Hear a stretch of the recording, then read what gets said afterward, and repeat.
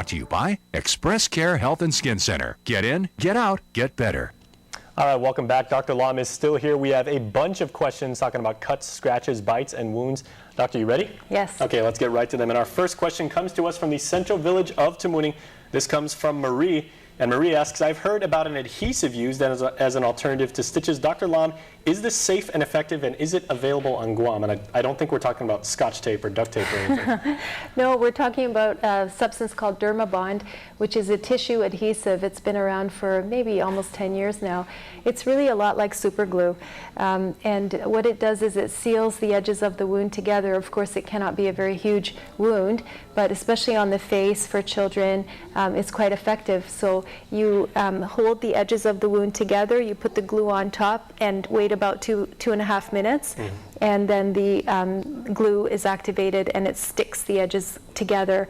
Then it's, of course, sitting on the surface and the wound is healing underneath, so the glue will peel off after about 5 to 10 days, and it leaves a very nice result with a very small scar. Is it kind of like an evolution of like what the butterfly closure used to be or something? Right, so okay. it's just an actual chemical that you put on top instead of a Band-Aid type of thing. All right, very nice.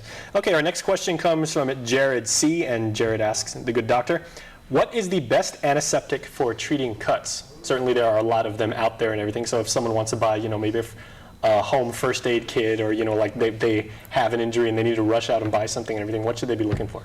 Well, lots of times you don't need to put anything on a wound as long as you keep it clean and dry. So you wash your wound, you apply a gauze or a Band-Aid, and quite often that's enough, and you should wash your wound at least a couple of times a day. But if you really think, gosh, it was dirty, it was in, I don't know, somewhere in somebody's backyard, or a dirty knife cut you or something, then you could use a topical antibiotic. Now, Neosporin causes a lot of allergies in people, so they keep putting it on. Their wound keeps getting redder and redder, but not from the wound, but actually from the Neosporin.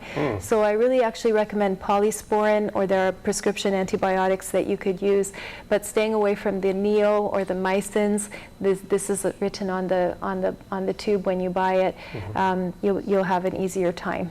Okay, wasn't aware of that. That's pretty interesting. Yeah, you can develop what's called a contact dermatitis while you're trying to heal your wound. Okay, and that perfectly segues, I guess, into our next question, and for the people that are wary of that, because Clara from Bongmong is asking Dr. Jitka Lom from Express Care, Neosporin or aloe vera, and I guess I know which way you're going to side with this, which is better at healing wounds and preventing scars? Well, maybe neither one, but if I had to choose, I'd probably go with the aloe vera. And lots of times, like I was saying, you really don't need to put anything on besides a clean dressing. And these are scars, so this is after the wound has already, pretty much closed up and... Oh, for scar improvement, there are actually very few things that are out there. There's a cream called Mederma. This is once your wound has completely healed and there's just a scar. There's a cream called Mederma that you can put on several times a day that can help diminish the scar. Keeping it covered and out of the sun is really important, so you can put sunscreen on your wound, because the sun will hyperpigment the scar, making it darker and uglier.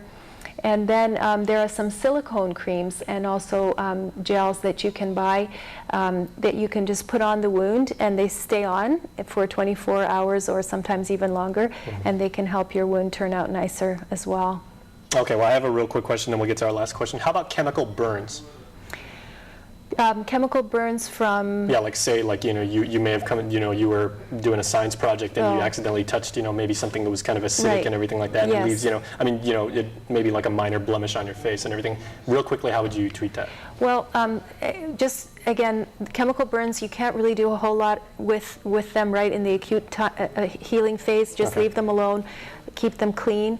But after, you can use some of these products such as the Mederma or the silicone to help them heal up better. Okay, good word. Now our last question comes from Ching C, and this person asks, Doctor, I'm a diabetic and I have a cut on my foot that will not heal.